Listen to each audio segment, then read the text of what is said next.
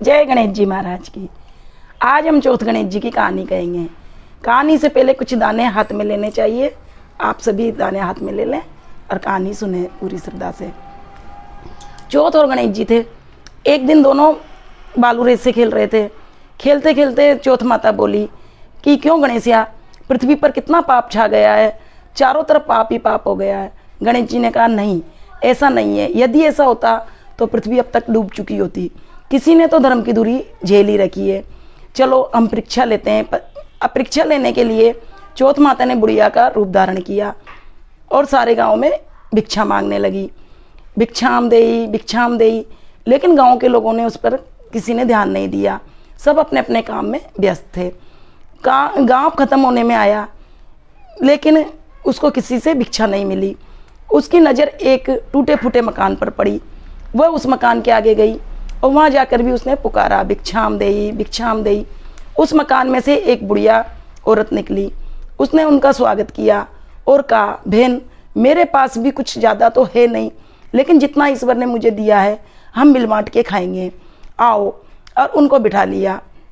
गणेश जी महाराज भी दूसरे दिन गांव में निकले भिक्षा मांगने के लिए, लेकिन गांव के लोगों ने उन पर भी किसी ने ध्यान नहीं दिया।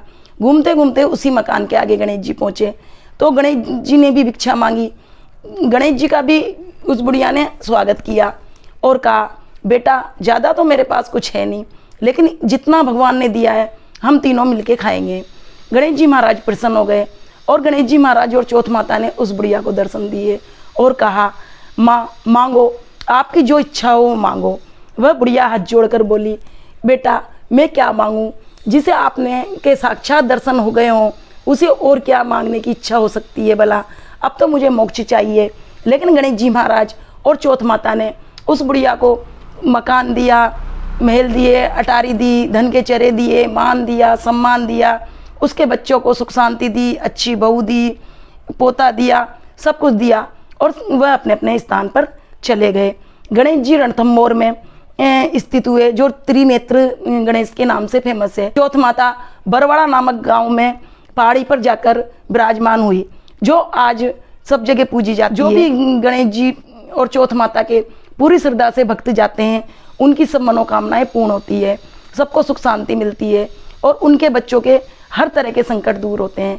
इसलिए आप भी पूरी श्रद्धा के साथ जयकारा लगाएं, बोलो चौथ माता और गणेश जी महाराज की जय। सोने की चोटी मोतियां को हार, गणेश जी महाराज महाराजू को आधार, गणेश गढ़वा हाथ में लड़वा।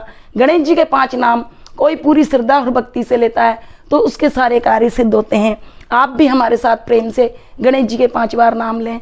जय गणेश काटो कलेश, जय गणेश काटो कलेश, जय गणेश काटो कलेश, जय गणेश काटो कलेश, जय गणेश काटो कलेश। बोलो गणेश जी महाराज की जय।